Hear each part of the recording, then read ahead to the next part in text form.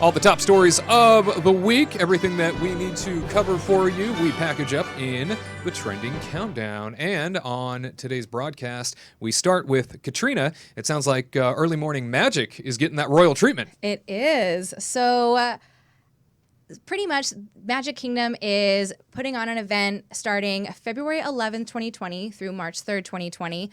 There's 8 magical events throughout that day. And so it's to kind of celebrate the 70th anniversary of the animated film Cinderella.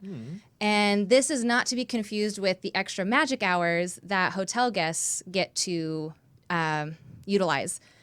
So pretty much it's $89 for adults, $79 for children to come at. I had to do a little bit more research than what they posted on Disney Park blog because I wanted to know more about this because it was really confusing. So pretty much, you get in at 7:45 in the morning, or 7:30 you check in, 7:45 you head into Fantasyland, and from there you get to actually experience some Fantasyland rides like Prince Charming Regal Carousel, Seven Dwarfs Mine Train, The Many Adventures of Winnie the Pooh, Peter Pan's Flight, the Princess Fairy Tale Hall, It's a Small World, and the Mad Tea Party and Under the Sea Journey of the Little Mermaid. Those are the only rides that are available at this time. And then you get breakfast at Cosmic Ray's Starlight Cafe, and breakfast starts from 8 to 10. Here's when it starts getting a little sticky. So it's like the main. So for this, you have to pay $89 or $79 for your child on top of your pass to get in, a normal admission. So you have to pay double for this event. Normal park admission starts at 9 a.m. and they also are allowed to get into Fantasyland. So your event is technically from 8 to 10, but people start coming in at 9. So you only get an hour and 15 minutes to enjoy Fantasyland without anybody else there. And then you get breakfast until 10. On top of this, you get to see some favorite characters like Cinderella. She's going to be actually in the Princess Fairy Tale Hall.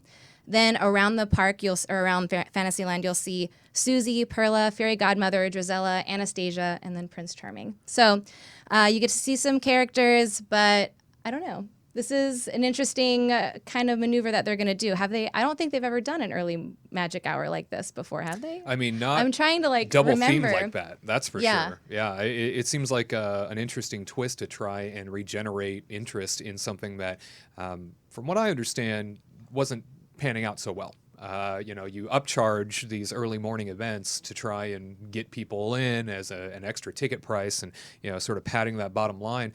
And it looks like what was happening was people weren't all that interested because it's that short time frame, right? Yeah. So it's so little. And we go back to many years ago where this used to be free for hotel guests, right? You used to be able to get in early for these sorts of morning extra magic hours. And I mean, they've tweaked the names back and forth as to what the paid version's called and what hotel guests that stay at Walt Disney World experience. But now it sounds like, okay, they have to throw some extras in there just to generate that interest to come back. Do you think it's worth it price-wise? No, absolutely not. I don't know. I was reading it at first and I was like, oh, 8 to 10, that seems kind of cool for 2 hours if you can't get Seven Dwarfs Mine Train, because that's like a hard fast pass to kind of get for people, especially if you aren't a hotel guest and you get 60 days in advance versus 30 days for non-resort guests. But then you start researching it and I was like, wait, you only get an hour and 15 minutes before the park guests. So at that point, don't go to breakfast. Go to breakfast last. And then, I don't know if anybody wants to hear the breakfast choice items. Oh, yeah. Anybody? Okay, cool. So there are scrambled eggs, smoked bacon, sausage, breakfast potatoes, pancakes, freshly baked pastries, cheese and cured meats. Curd meats? That sounds gross. Cured meats, seasonal fruit, oatmeal, granola, yogurt, assorted juices, coffees, and tea. So hell of a continental breakfast. That is, I was like, I don't know about this. So it doesn't really seem, and they say that's on their article that it's special themed food that's available. And then I started reading this and I was like, well, this isn't very specially themed. Sounds pretty generic. Yeah, I mean, it would be great if your kids really love Cinderella and get to see all the characters. So I would say if you're a character person, maybe it might be worth it for you to go see Cinderella and try to find the characters that are going to be roaming around Fantasyland. But if you're there for the rides, I mean, a Small World is usually a 5-minute wait anyway. So, and I don't think that it's really worth it if you're like a ride goer. I just feel like the whole thing sounds disingenuous to me. Like, it's like, oh yeah, till 10 o'clock. But then in reality, everybody else gets in at 9. And then also, oh yeah, specially themed breakfast. And it's like, here's some scrambled eggs and sausage. Shut up. So, like, I don't know. It seems weird on what are we doing here? I guess it's the characters is the main thing, because it's like, what? And you made a point earlier. I don't want to steal your thunder, but you made a point. You can't steal my I'm going to take it.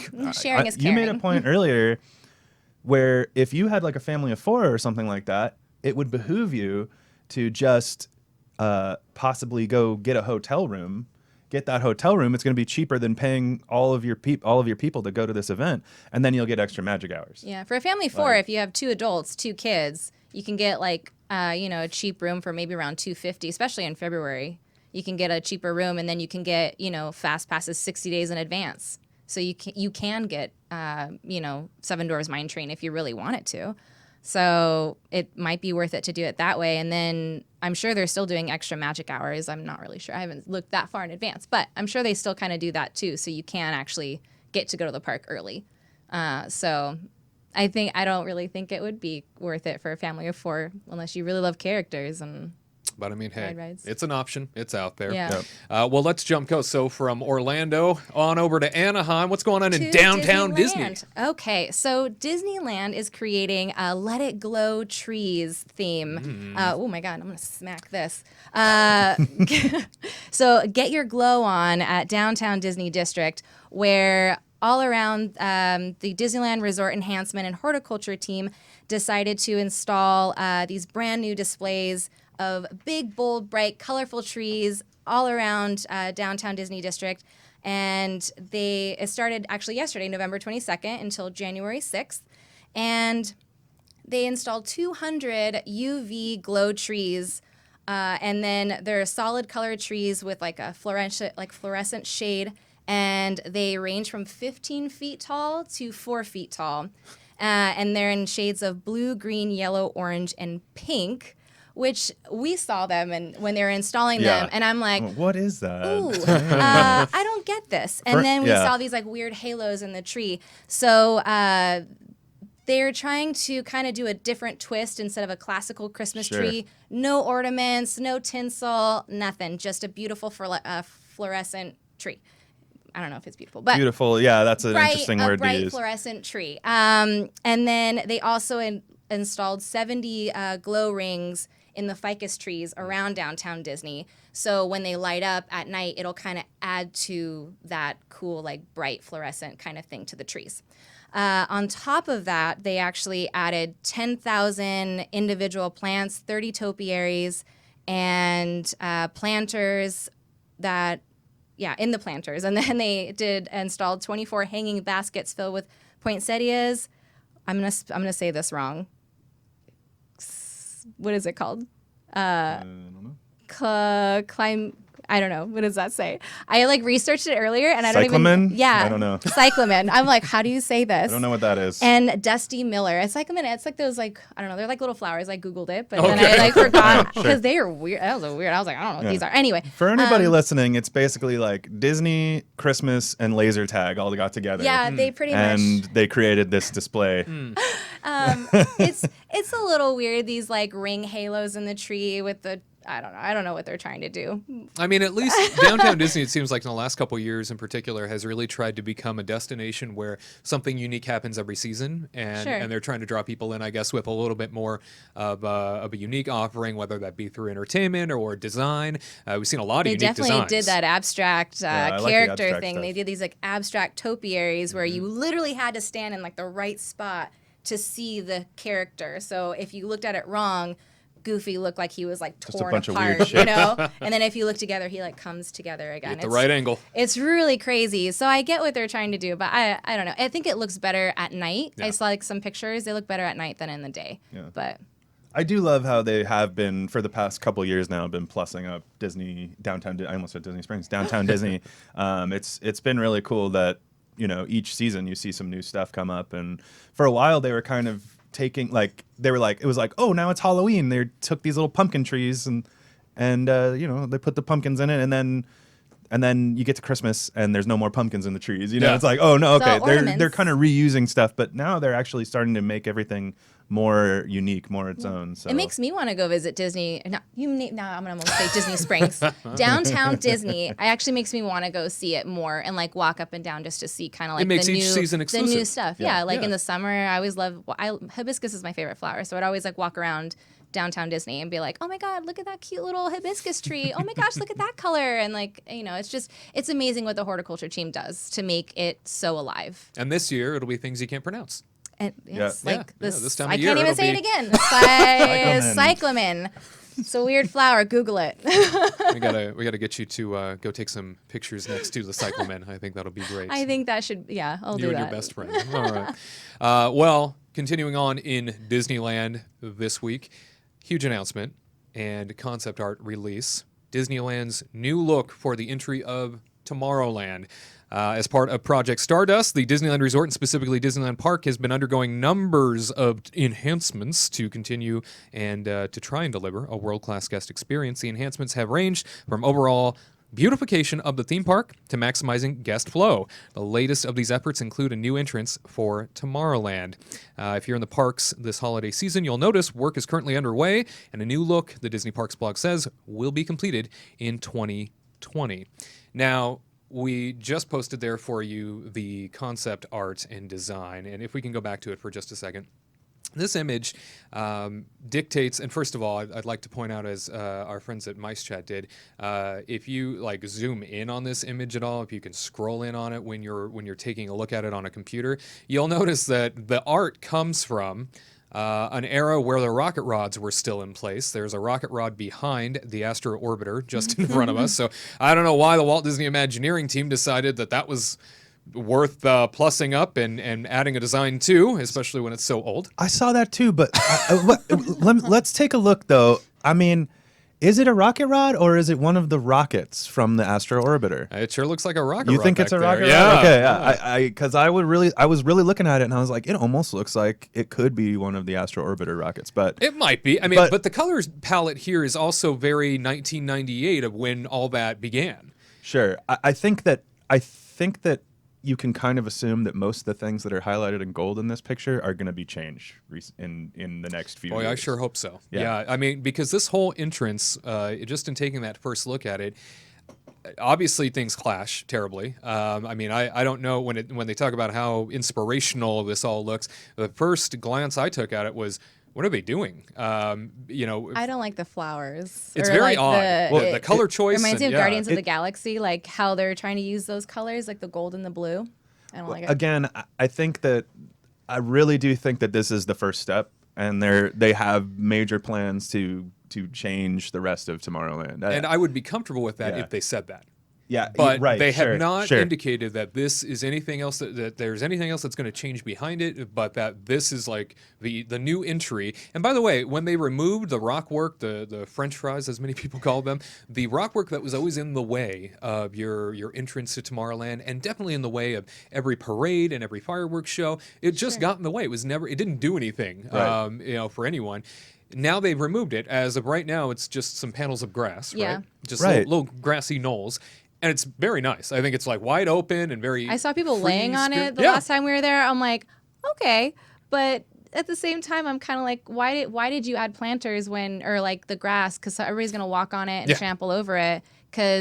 Or they're gonna have to put like a ring around it so no one goes in, but someone's gonna go in to try to watch the parade. I think they should have just leveled it and made it more walking room. Yeah. So people could stand and watch the parade, or make more room where people Yeah. can walk around. I think in my I have two minds about it, because I want there to be nothing in the way. I want there to be let's just walk right into Tomorrowland. Absolutely. There should be nothing here. But then the other part of me says, but every other land has some type of framing. Sure. And Tomorrowland, if we just wrecked the whole front of Tomorrowland, there would literally be no frame to get in there. It used to be the People Mover track, but now that they put Astro Orbiter out in front of it, it's changed that. So I don't know. A big part of me is just like, why couldn't they just tear the whole thing down? Just get rid of everything. But then the other part of me, again, says it would look kind of weird without something that said Tomorrowland in the front or that showed you this gateway to this other world, you know? So Would they you want kind what of... they have in Disney World, like the archway that says Tomorrowland? Well, sure. At least there's a bridge and everything. Like the difference with Disney World and Land is that everything is so on top of each other at Land. In World, Tomorrowland is all the way back there. It's pushed far back across a bridge. At Disneyland, it's right on Main Street. So if you don't have any planters or anything there, it's like, where does Main Street end and Tomorrowland begin? You know. So I get why they have to have something there. It just, I wish that the park wasn't so crowded, I guess. Sure. Really, you know, I mean. Well, and that style clash, certainly of the new design versus what's old behind it is also sort of an issue for me. I mean, take a look at that, and I think it's nice to have a nod to the past, which is what those sort of little spire-looking things are, just beyond the planners. But, you know, you take a look at something like that and you think, all right, well, I mean, that was nice in 1960, and if the rest of Tomorrowland was going to go back to that, that would be cool, but there's no indication that that's what's happening, and so it's a little frustrating to see that we tore something out just to put something back in that I'm not any more thrilled about and is going to get in the way. Sure. I guess, you know, you're right. I wish they would have said more to us about what their plan was, because at this point we don't know, but if you really think about Disneyland right now, and think about where expansion could happen, because you know they have to keep expanding. They can't stop now. Tomorrowland is the place. I hope so. Tomorrowland is the place that needs the most help, you know? And I know I've heard a lot of rumblings about Fantasyland things happening and stuff like that, and maybe that's true. But Fantasyland doesn't need as much help as Tomorrowland does, if you ask me. I mean, Tomorrowland has right now they're playing a High School Musical, the musical preview in Tomorrowland. Unheard of. I mean, and then like spit on theming. Yeah, who cares? Really? But I mean, and even the launch bay, the Star Wars launch bay, is closed for half of the day. You know, it's like, it's kind of embarrassing. I mean, we have tracks that go around that do nothing. Like, it's the world of yesterday at this point. I mean, it really is. Yeah, absolutely. And it's kind of sad, but yeah, when I saw that High School Musical, the series preview being played there. I was so mad I could have spit. I mean, I was just so angry that they would think that was an appropriate place to put that. When you have a Hollywood backlot section in California Adventure with the Fill Our Magic screen that they always put previews in anyway, it couldn't go there. I mean, come on. Yeah. You know, you couldn't put it in there. Do you really need to put it anywhere? Yeah, no, exactly. I mean, just bring Captain EO back or something. Like, I mean, I never really particularly liked it, but I know you did. Do something Disney-esque. Put Star Wars back in there. I Yeah. mean, honestly, I like that made more sense than High School Musical, the musical. I mean, can you tell I'm angry about that? But a little bit No, frustrated. I can't tell at all. And Curt, what do you think about this new design? I mean, you're a Disneylander yourself. What sticks out to you about it? Well, I'm definitely glad they're doing something, because I get frustrated. Those French fry rocks, again, they get in the way. Yeah. It just wedges everybody in, trying to get in and out of there. Usually I'll just go back by where Matterhorn is to get into Tomorrowland if I can, because I feel like a herd of cattle going in there sometimes, and it doesn't. I don't like that feeling, especially after a parade or fireworks. You know, fireworks, everyone's trying to leave the park, and the whole place is just crowded.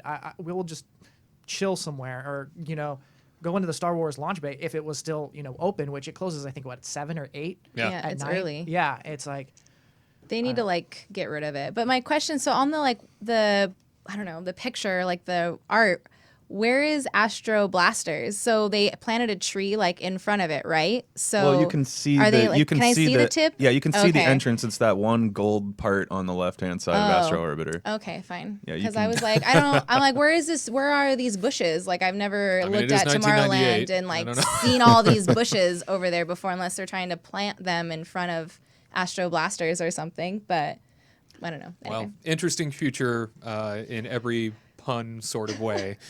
We will see what happens with that redesign and what happens in the coming weeks and months as we move into 2020 and that develops.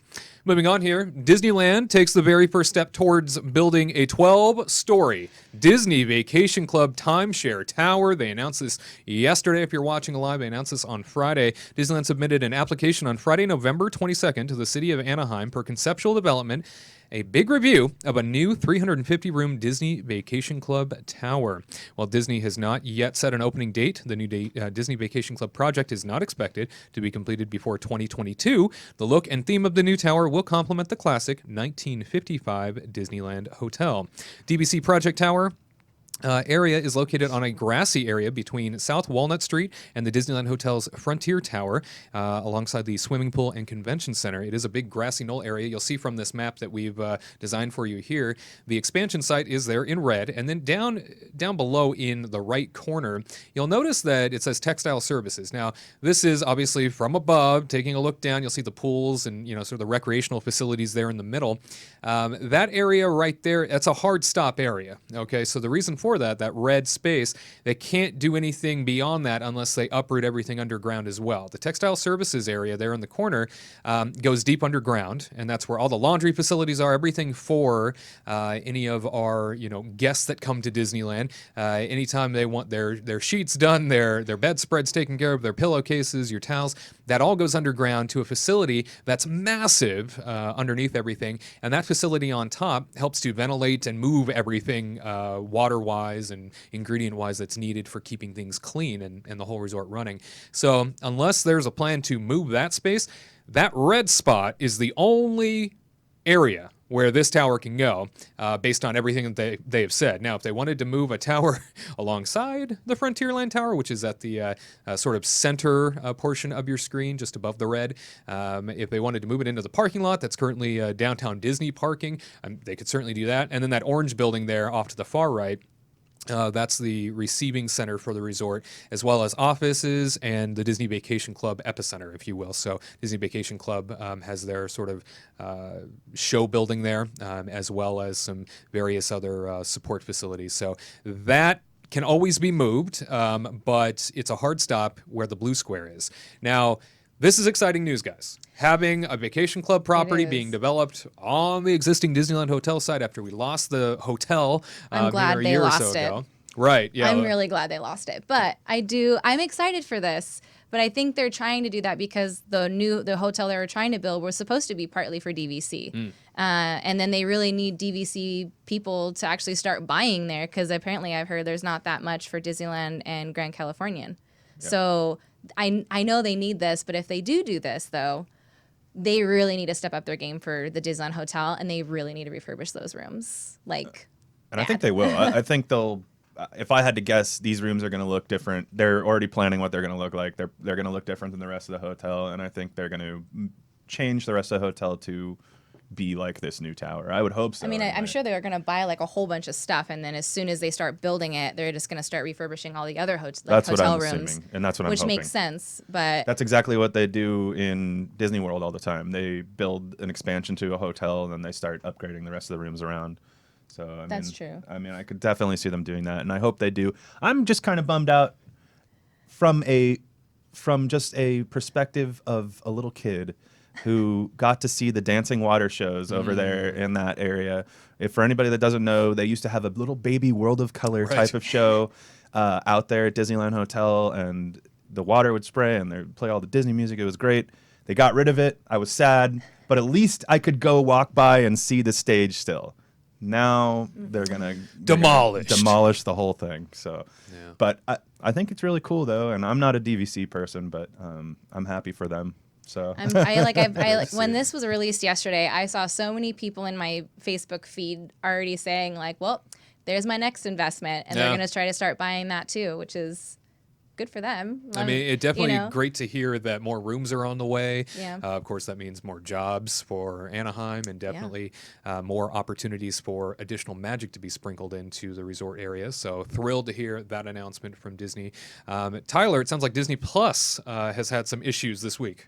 Yeah, so we haven't had any issues, so that's good. But apparently, apparently it's been hacked, which is to say that for people who have been using the same. So when you sign up for Disney Plus, you can use your current Disney account, sort of, and you can use that same password and everything. And I guess people who have been using that same account for multiple different Disney things, somehow they claim that their data has been intercepted, and now they are not able to sign into Disney Plus, things like that. They've had issues signing into all their Disney things. Disney still says there's been no breach. So I'm confused. Yeah. I read this story a couple times and I'm like, I don't know. People say they're hacked. Disney says they're not. I don't really know what else to say about it than that. That if it is apparently that, I guess it was done through third-party means potentially. Sure, yeah. But that, yeah, you're right. Disney's putting up that force field of nope, not us. And honestly, they cannot afford to mess around with this right now. So if they don't think they've been hacked, if they're telling they're telling us all they haven't been hacked, they really believe that. They're not just pulling the wool over people's eyes.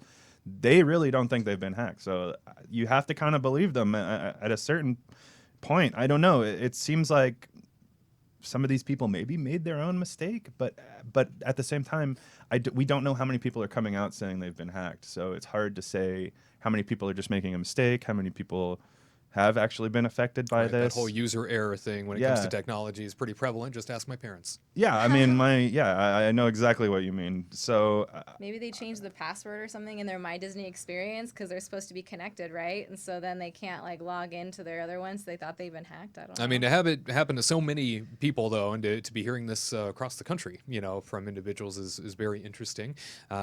I'm sure we'll definitely learn more about that. 'Cause I guess if you change your password on Disney Plus, you're changing your password on all of your Disney things. Yeah. So people are getting confused by that, I think, and not realizing that they're using the wrong password now. I don't know exactly what's happening, but well, in other Disney Plus news, there's something else going on. Why don't you share that with us? Some good news. So Sterling K. Brown, everybody knows he was in Frozen 2 recently. He was in Black Panther. This Is Us. Yeah, This Is Us. He's in. So he's actually going to be the narrator for a new Disney Plus feature documentary called One Day at Disney, which I'm very excited about. Same here. It's going to have 10 different episodes, I believe, or at least they're going to be highlighting 10 specific people who do different roles around the Disney company, and it's going to be all through the eyes of Bob Iger, I guess. So I'm really curious to see how this goes. Like I said, Sterling K. Brown's going to be narrating. And it just seems like it's going to be incredible because, we were lucky enough to do some work with cast members a while back to try and highlight their jobs. I know that like on Disneyland's YouTube and stuff, they will do like every role a starring role, like things like that.